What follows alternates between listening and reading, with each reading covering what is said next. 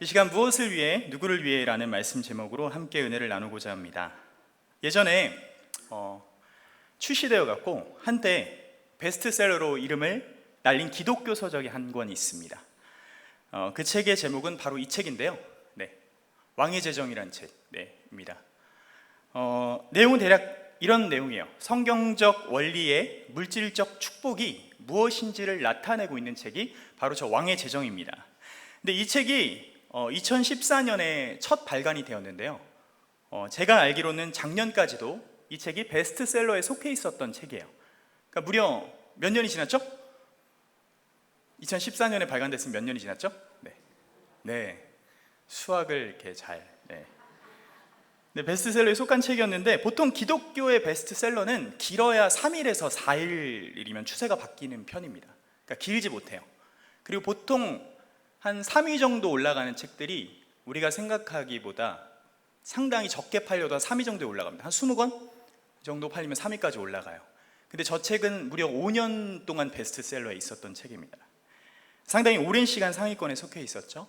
근데 이 기세를 힘입어서 불과 몇 주 전 방금 보여드렸던 왕의 제정 2가 출시되었습니다. 저자와 뜻을 같이 하는 간증자들의 고백들이 더해진 책이 등장한 거예요. 그게 바로 왕의 제정 2입니다. 저자와 같이 이 책은 나오자마자 빚더미에 있는 사람들이나 물질적인 어려움으로 또 고통받는 사람들에게 소망과 믿음을 심어주는 면에서는 상당히 긍정적인 기여를 하고 있다고 평가를 받았습니다. 또한 기존 신자들에게 물질을 더욱 잘 관리하고 선하게 사용해야 함을 가르치는 내용을 담는 입장에선 상당히 기독교의 입장에서 긍정적이라고 평가를 받은 책이에요. 그러니까 잘만 이용하면 좋은 책인 거죠. 그러나 기독교를 부의 종교로 정의하고 성경을 마치 부를 얻는 능력을 배우는 책으로 이해하는 데 있어서는 아주 심각한 문제를 초래합니다. 과연 기독교는 부의 종교인가? 성경은 부를 얻는 능력을 가르치는 비결의 책인가에 대해서 생각해 봐야 한다는 것이죠. 다시 말해서 재물을 얻는 비결과 공식이 마치 성경 안에 있다는 것처럼 선포하거나 가르쳐서는 안 된다는 것입니다. 성경은 부와 성공을 꿈꾸는 자들에게 그것을 성취하는 일종의 비기를 나열하는 책이 아닙니다. 간증을 공식화하고 상품화시켜서 그게 마치 정답인 마냥 가르치려는 것은 기독교와 성경에 대한 근본적인 왜곡을 가져다 주기 때문이죠. 그런데 문제는 저자의 간증 동영상이 유튜브를 기점으로 무려 누적 조회수가 얼마인지 아십니까? 대략 한 몇만 회 될 것 같죠. 근데 무려 1억 정도가 됩니다. 1억 정도. 제가 이렇게 찾아보니까 보통 저희가 알지 못하는 교회, 처음 들어보는 교회의 누적 조회수만 해도 적어도 7만에서 8만 정도가 돼요. 많게는 50만 회까지도 됩니다. 그 인기가 어떠한지를 어마어마하게 보여주고 있는 바로 이 누적 조회수. 그런데 분명 예수님께서는요, 이 세상에서 비참할 만큼 가난하게 살다가 하나님 품에 안긴 나사로의 이야기를 누가복음 16장 19절부터 31절을 통해서 말씀하셨습니다. 뿐만 아니라 산상수훈의 가르침 속에서도 보게 되면 세상에서 부자가 된 자들이 복이 있다고 가르치시지 않으셨어요. 비록 세상에서는 가난해도 우리가 하늘의 복, 즉 영생의 복을 받은 자들이 진정으로 복된 자라고 가르치신 것이 바로 예수님의 산상수훈입니다. 그럼에도 불구하고 더 많이 가지고 누리고 싶은 욕망 속에서 이제는 더 나아가서 그럴듯해 보이는 거룩한 부자가 되기를 꿈꾸는 그런 신자들 사이에 이 왕의 제정이라는 책은 상당한 인기를 누리고 있어요. 그리고 그 인기를 누리고 있다는 것은 예수님의 가르침과는 모순된 점을 가지고 온다는 것입니다. 근데 오늘 말씀 역시 오늘날의 대중과 흡사한 심리를 가진 군중의 모습들이 등장합니다. 오늘 본문은 저번 생명의 떡이신 예수 그리스도에 이어서 계속해서 군중들과 예수님 사이에 보이지 않는 신경전이 계속해서 지속되고 있는 모습이 나타나요. 25절 말씀에 보게 되면 군중들은 맞은편 바닷가에서 예수님을 발견합니다. 어떻게 건너왔는지를 물어봐요. 군중들은 예수를 랍비라 칭하고 있는데 이것은 그들이 아직 예수께서 누구인지를 혼란스러워하고 있다는 거예요. 왜냐하면 예수가 가르치는 가르침 속에서 그들은 선생이라 여길 만한 부분을 인정함과 동시에 반대로 예수님께서 진정으로 나타내는 바를 깨닫지 못한 채 임금으로만 삼으려 하는 그들의 의도된 것들이 계속해서 나타나고 있기 때문입니다. 이런 상황 속에서 그들은 예수님께서 여기에 어떻게 오셨는지와 여기에 계신 지 얼마나 되셨습니까? 라는 질문을 통해서 두 가지의 의미와 두 가지의 모순된 모습을 나타내고 있어요. 예수님께서 이들의 질문에 26절에 전혀 다른 대답을 하십니다. 뭐라고 대답하시죠? 내가 진실로 진실로 너희에게 이르노니 라는 표현을 들어서 사용하시고 계세요. 이게 무슨 의미냐면, 야, 지금부터 내가 하는 말 잘 들어 라는 의미를 담고 있습니다. 만약 예수님께서 내가 어떻게 건너왔다, 갈릴리 바다가 막 요동치는데 내가 무리를 걷고 내가 그 요동치는 바다를 가라앉혔어, 그렇게 얘기했다면, 이런 기적의 의미를 보여준다면 분명 군중들은 또다시 흥분해가 도가니가 되었을 거예요. 와, 역시 우리가 왕으로 삼으려고 했던 자, 역시 대단해. 예수께서 나타나신 단순한 이적들이 그들에게 있어 그들의 신앙을 좀먹을 수 있다는 생각을 하신 것이죠. 그래서 그들의 질문에 오히려 딴 대답을 하고 계신 거예요. 내가 진실로 진실로 너희에게 이르노니. 예수님께서는 그들이 어떠한 의도를 갖고 자신에게 접근했는지를 잘 알고 계셨습니다. 그리고 그들의 시선을 고스란히 영의 양식 예수 그리스도 그 자체로 돌리고자 하셨어요. 하지만 이것은 그렇게 쉬운 문제가 아니었습니다. 복음서를 기록한 저자 마가도 이렇게 표현을 하고 있어요. 12 제자조차도 그 떡 떼시던 일을 깨닫지 못하고 도리어 그 마음이 둔하여졌다라고 기록을 하고 있습니다. 그 우리가 대단하다라고 여기고, 와, 12제자 하면 믿음 좋은 사람들 아니야? 라고 생각하는 그 사람들조차도 둔하여졌다라고 마가는 기록을 하고 있어요. 우리는 흔히 예수님을 하나님께서 주신 선물이라고 생각합니다. 그리고 그 사실에 감사하죠. 그러나 지금 본문에서 나타나는 군중의 심리는 어떠합니까? 그들이 원하는 게 뭐예요? 당시 군중의 심리는, 그리고 또 문화는 우리가 생각하는 정반대의 삶을 살고 있었습니다. 오히려 단순하게 생각을 해야 했어요. 그들은 예수가 선물이긴 했지만 모세의 모형이라고 생각하고 하나님의 선물의 중재자로 그냥 예수님을 제안하는 모습을 보여줍니다. 쉽게 얘기하면 이런 거예요. 음식의 공급과 정치적인 자유를 가져다주는 모세와 같은 땅의 구속자를 그냥 원하고 있었던 겁니다.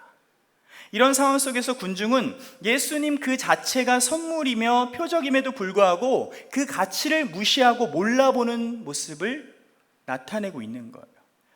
그리고 더 무서운 것은 애시당초 그들의 관심사는 예수님 자체라기보다 공짜 음식, 그냥 주는 음식 그 자체를 선호하는 것으로 보여집니다. 이런 군중의 심리는 당시 고대 생활을 살펴보면 자세히 알 수가 있어요. 당시 로마 황제들과 정치가들은요, 로마 사람들에게 계속해서 공짜 음식을 제공했습니다. 그리고 그들을 달래주었어요. 그 공짜 음식으로.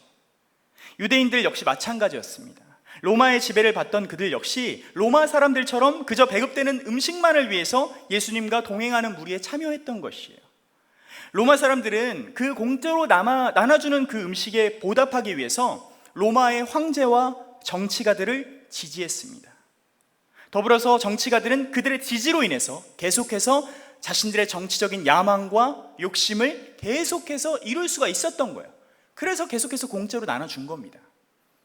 앞서 요한복음 6장 15절에서 사람들이 와서 억지로 자기를 모셔다가 왕으로 삼으려 하는 이해가 되는 부분이 바로 이 점인 거예요.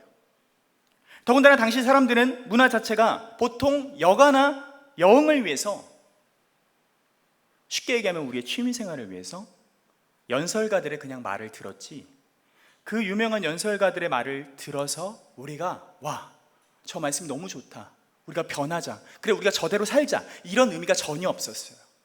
그냥 한 귀로 듣고 한 귀로 흘리는 그냥 하나의 일종의 취미생활이었던 거예요. 이런 당시 시대적 상황에서 본다면 당시 그들의 관심은 오직 27절에서 말씀하는 바와 같이 그들이 원하는 것은 썩어질 것을 구하는 것이었습니다. 그런데 여기서 과연 군중들이 그리고 지금 유대인들이 찾고자 하는 썩어질 것을 구하는 것이 어떤 문제가 되는 것일까요? 썩어 빠진 양식 자체가 문제가 되는 것일까요? 아니면 그것을 구하고 있는 일이 문제가 되는 것일까요?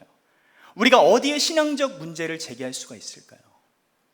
자, 27절을 자세히 살펴보면 저자 요한이 이렇게 이야기합니다. 썩을 양식을 위해 일하지 말고 영생하도록 있는 양식을 위해 하라라고 기록하고 있어요.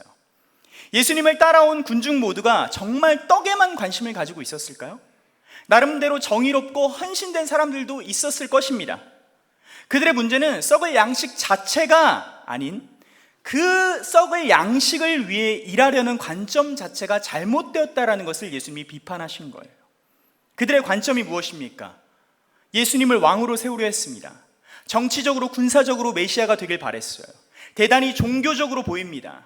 열심을 다하지만 사실 그들의 내면에는 나라를 세우고 권세를 부리고 조금 더 편하고 안정된 삶을 추구하기 위한 궁극적인 목적이 그들의 마음속에 숨겨져 있었던 거예요.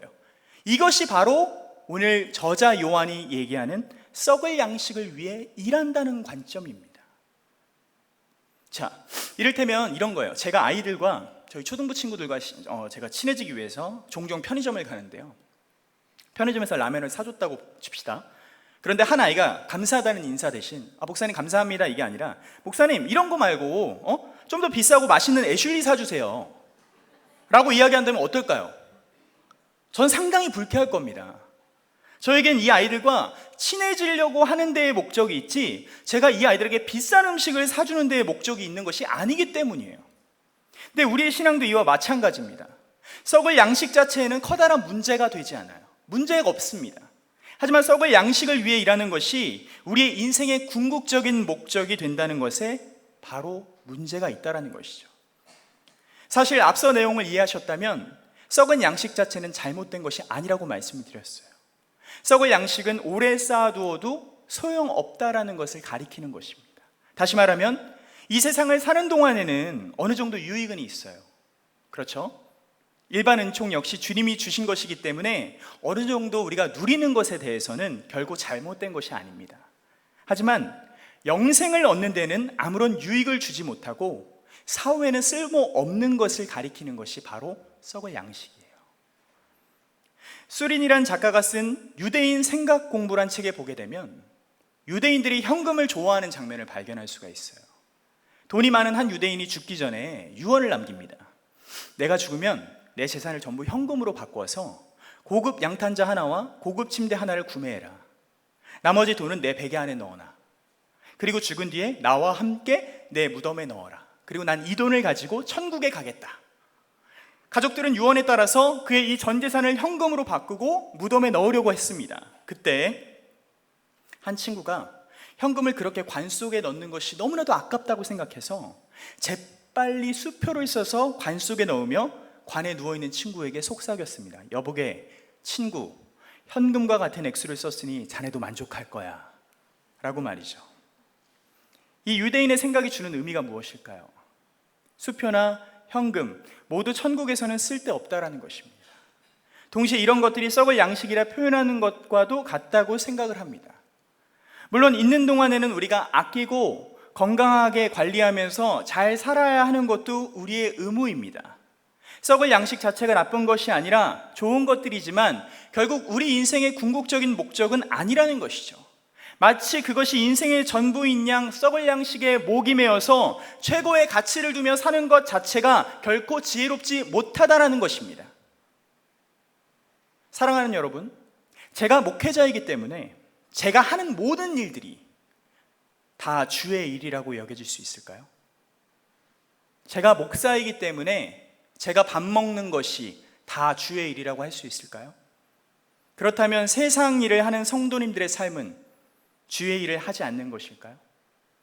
그렇다면 세상에서 일하는 사람들이 사업가든 교사든 각 업종에서 일하는 모든 이들이 자신이 일하는 모든 것들이 썩어져갈 양식을 구하는 일이라고 생각해야 될까요? 그 모든 것을 포기하고 주님의 일을 하기 위해서 여기 있는 모두가 목회 현장에 다 뛰어들어야 할까요? 저는 반드시 목회라고 해서, 그리고 제가 목사라고 해서 제가 하는 모든 일들이 다 주의 일이라고 생각하는 것 자체가 큰 위협이라고 생각이 됩니다. 주의 일이라고 할지라도 우리의 욕망도 세상을 향한 탐심도 충분히 합리화할 수 있는 거예요. 내가 이것을 주의 일이라고 포장하는 그 순간부터 제 욕심이 썩어빠진 양식을 위해 나아간다라는 거예요. 우리가 아무리 타인 앞에서 겸손하고 내가 거룩한 척해도 내 스스로 내 마음속에 썩을 양식을 위한 것을 구한다면 아무리 주의 일이라고 해도 그것은 썩은 양식을 구한 일이 될 수밖에 없다라는 것이죠. 그런데 내가 목회를 함으로 괜찮다고 생각할 수 있다라는 것입니다. 교회 일도 마찬가지예요.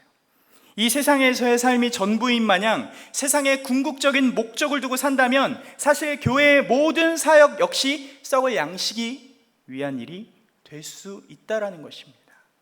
따라서 교회 일이 중요하니까 더 귀한 하나님의 일이라고 여러분에게 모든 사업과 직장을 그만두십시오, 교회만 섬기십시오 라고 이야기할 수밖에 없게 된다라는 거예요. 하지만 예수님께서는 우리에게 그렇게 이야기하지 않으셨어요. 오히려 우리를 향해서 27절 말씀에서 영생하도록 있는 양식을 위하여 하라라고 말씀을 하십니다. 28절에서 군중들이 묻죠. 우리가 어떻게 하나님의 일을 해야 됩니까? 라고 물어봅니다. 이 질문은 단순한 질문이 결코 아니에요. 단순히 교회 일이나 종교적인 일을 얘기하는 것이 아닙니다. 주님께서는 이 질문에 29절 말씀에서 이렇게 답하십니다. 하나님께서 보내신 일을 믿는 것이 곧 하나님의 일이다. 아멘. 군중들이 예수님의 어디 있다 오셨습니까? 언제부터 여기 계셨습니까? 그들이 썩을 양식을 위해서 일하는 그들의 의도와 마음속에서 주님께서는 진실로 너희들에게 말하노니의 궁극적인 그 목적을 29절 말씀을 통해서 지금 선포하고 계신 거예요. 그것이 무엇입니까? 하나님이 보내시니, 즉 예수, 나를 믿는 것이 하나님의 일이다 라고 말씀하고 있는 거예요. 그렇다면 그 예수를 믿는다라는 것이 무엇일까요? 그저 입술로 네, 저는 예수님을 믿습니다, 이런 진심을 다해 고백하는 것이 우리가 예수님을 믿는 걸까요? 아니면 여기서 목소리에 힘을 더 줘서 네, 제가 예수님을 믿습니다 이렇게 하면 진짜 예수님을 믿는 것일까요? 그럼 목소리 큰 사람은 다 예수님을 믿는 겁니까? 절대 그렇지 않습니다. 오늘 함께 본 본문 요한복음 6장에서 말하고자 하는 관점에서 이 믿는다라는 것이 무엇인지 본다면, 예수님을 믿는다고 고백하는 것은 제가 이제 눈앞에 썩을 양식을 목적으로 사는 것이 아니라 영생을 위해 살겠습니다 라는 의미를 나타내는 것입니다.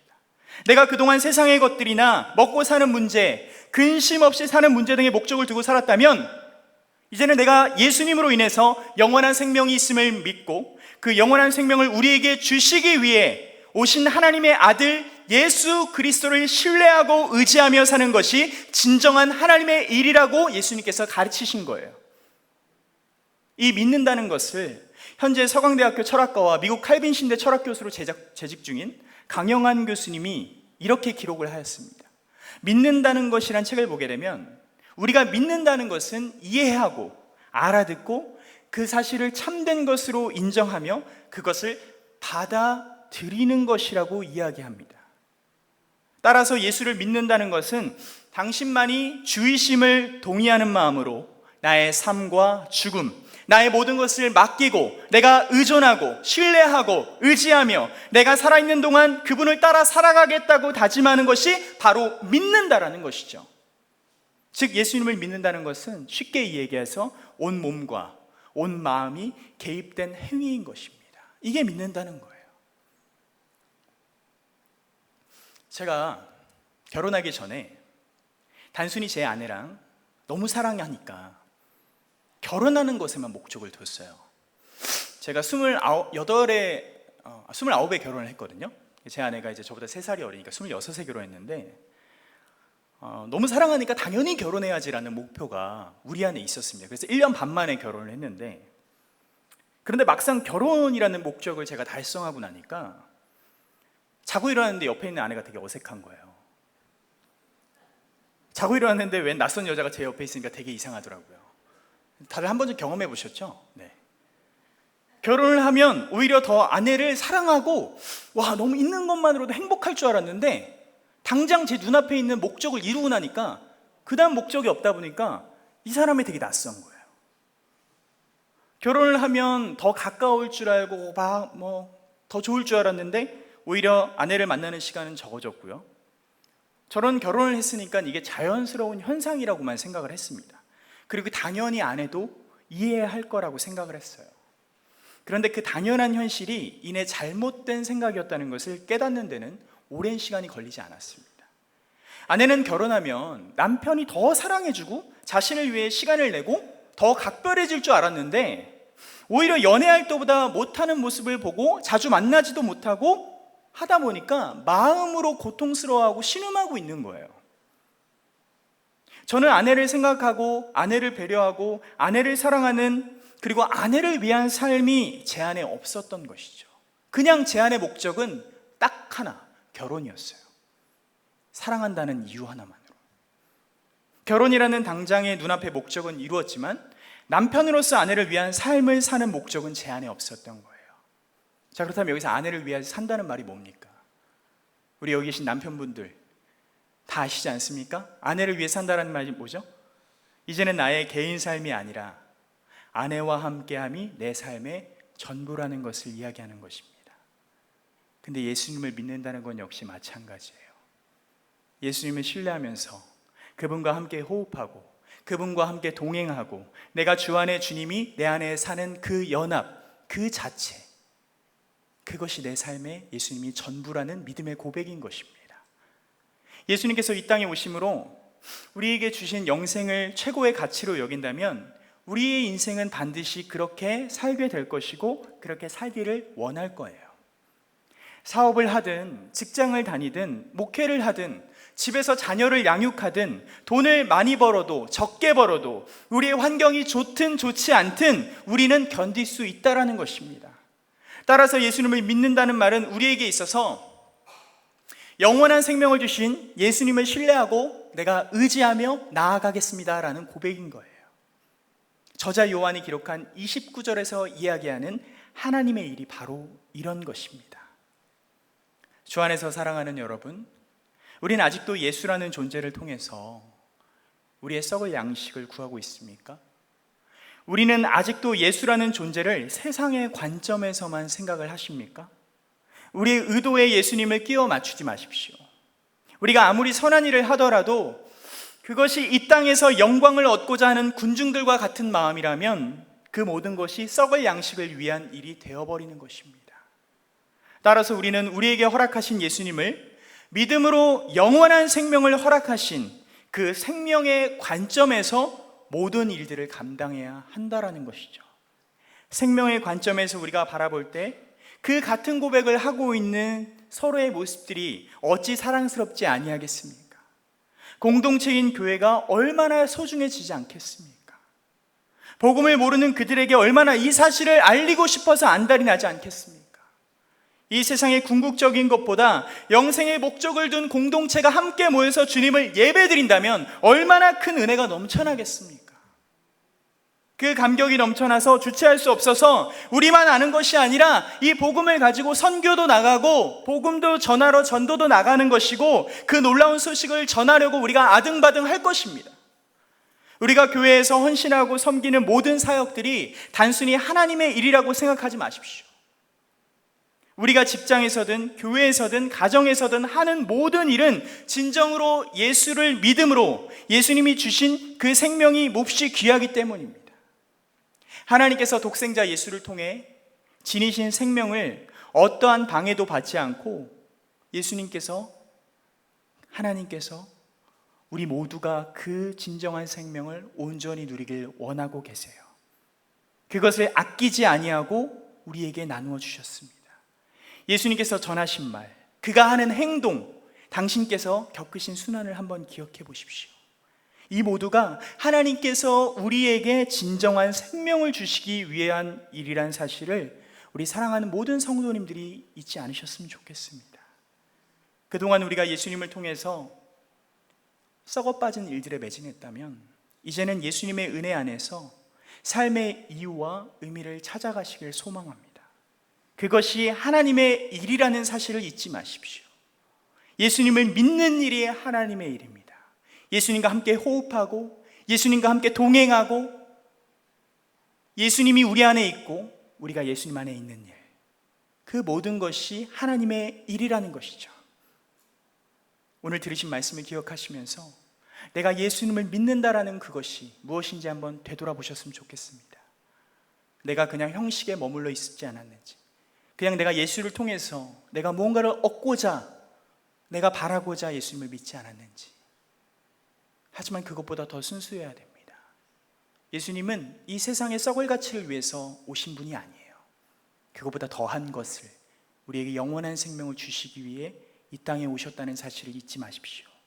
그것이 예수님을 믿는 것입니다. 그리고 그것이 하나님의 일인 것입니다. 그 은혜를 누리시는 사랑하는 우리 계명교회 성도님들이 되시기를 이 시간 간절히 소망합니다.